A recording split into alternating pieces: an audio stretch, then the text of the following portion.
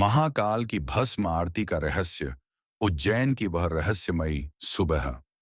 उज्जैन में आधी रात के बाद का समय था। सारी दुनिया गहरी नींद में सो रही थी, लेकिन महाकाल मंदिर में एक अलग ही हलचल शुरू हो चुकी थी। मंदिर के आंगन में धीमी रोशनी जल रही थी।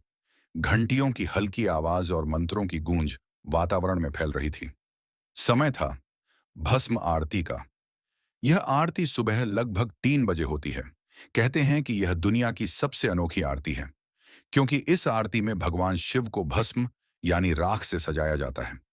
पुराने समय में यह भस्म सीधे श्मशान से लाई जाती थी, क्योंकि भगवान शिव को श्मशान का स्वामी माना जाता है।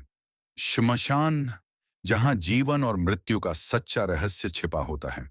कहा जाता है कि महाकाल उस सत्य के स्वामी हैं जहां हर इंसान का अंत होता है और हर अहंकार मिट जाता है। हर दिन की तरह उस रात भी पुजारी भस्म आरती की तैयारी में लगे हुए थे। लेकिन उस रात कुछ ऐसा होने वाला था जिसे देखकर मंदिर के पुजारी भी हैरान रह गए। एक ऐसी घटना जिसकी चर्चा आज भी महाकाल मंदिर में की जाती है। कई साल पहले की बात है। एक रात उज्जैन में बहुत तेज बारिश हो रही थी। आसमान में काले बादल छाए हुए थे। बिजली चमक रही थी और तेज हवाएं चल रही थीं। नदी में पानी अचानक बहुत बढ़ गया था। कई रास्ते बंद हो गए थे। उस समय श्मशान से भस्म लाने वाले लोग मंदिर तक पहुंच ही नहीं पाए। समय धीरे धीरे बीत रहा था, लेकिन भस्म अभी तक नहीं पहुंची थी। मंदिर के पुजारी चिंतित हो गए। एक पुजारी ने घबराते हुए कहा, आज भस्म आरती कैसे होगी? बिना भस्म के महाकाल की आरती अधूरी है। मंदिर के अंदर गहरा सन्नाटा छा गया। दूर कहीं घंटियों की हल्की आवाज सुनाई दे रही थी। कुछ भक्त मंदिर के कोने में बैठकर मंत्र जप कर रहे थे। लेकिन सभी के मन में एक ही सवाल था, अगर भस्म नहीं आई तो भस्म आरती कैसे होगी? समय तेजी से बीत रहा था और भस्म आने की कोई खबर नहीं थी। पुजारियों ने आपस में बात की।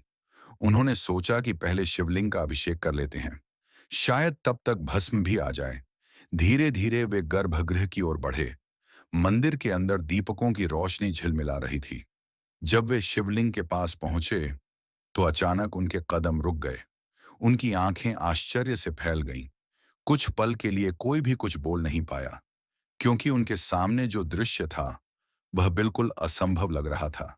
शिवलिंग पर पहले से ही हल्की सफेद भस्म जैसी परत दिखाई दे रही थी, जैसे किसी ने पहले ही भस्म चढ़ा दी हो।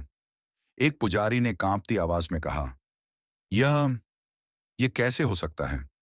क्योंकि अभी तक श्मशान से भस्म आई ही नहीं थी।